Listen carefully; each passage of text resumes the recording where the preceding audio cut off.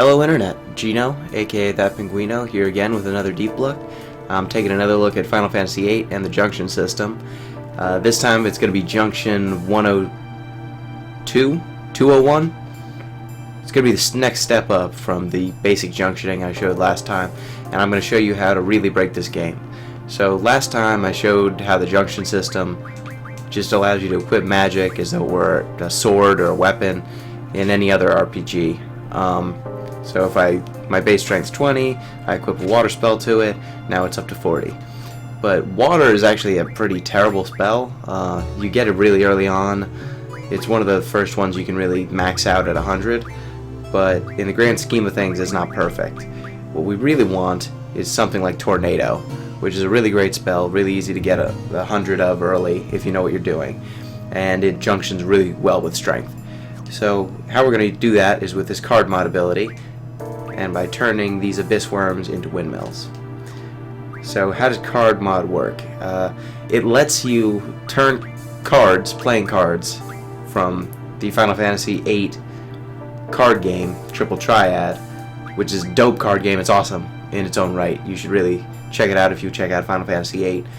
But what that card game lets you do is, as you win these cards, you can actually turn them into items using this card mod ability. Come over here, I'm going to turn these Abyss Worm cards into windmills, and then using this Thunder Magic Refine, I'm going to go ahead and turn those windmills into tornadoes.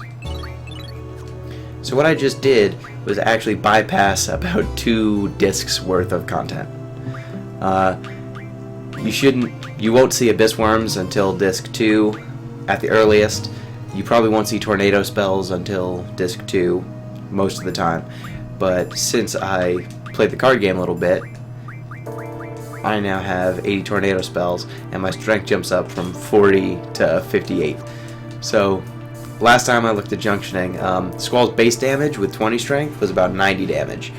With 100 water equipped, he was doing about 260 damage. Now that I've got 80 tornadoes equipped, let's see. I'm going to one-shot these guys. These little plants, they used to be a problem, they're not a problem anymore. Bam! Dead. I gave Squall the Weed Whacker. He's on the juice.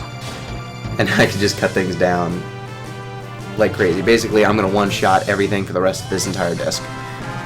If it's a regular enemy that doesn't have some absurd amount of life, I'm going to be able to one-shot it almost every single time, thanks to junctioning properly. If I had an HP junction or something like that, I could get Squall's HP well over 3,000, and all of that is thanks to the card mod ability. Oh, I'm running from this guy though. These T-Rexes are one example of something you just need to run from. They have way too much health, even with the increased damage output. So another thing that the card mod ability lets you do is, I've got this character, Quistis, who is a blue mage.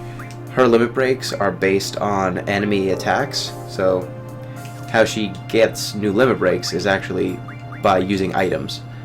You can give her items that enemies will drop, and it'll teach her limit breaks. So I can give her a curse spike. Let's get a water crystal. Let's get a running fire. Let's get a black hole, and let's get a mystery fluid. Okay, all of those items that I just made will teach her a different blue magic.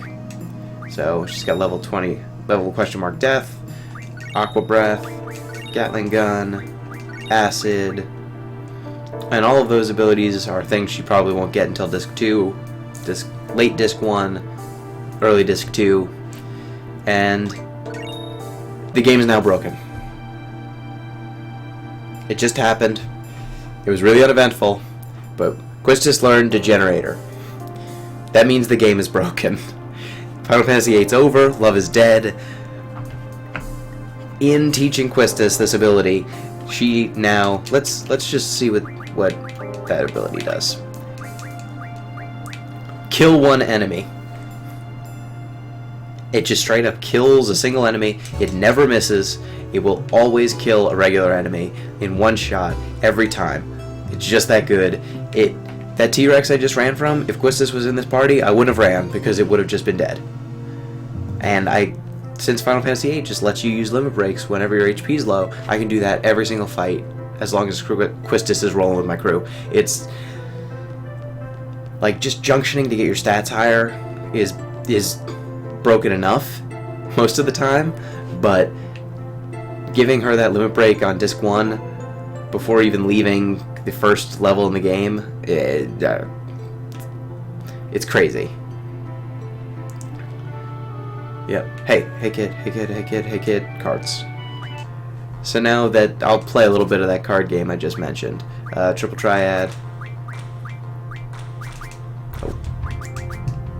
So the way it works, every single card has values on the top, left, right, and bottom, and the goal is just to have cards with higher numbers than the cards that are adjacent to. So I've got a 3 on top with my card, there's a 2 on the bottom over there, my card's gonna win. Bam. In this case, nothing's gonna happen because I already control that tri-face card. Drop another card.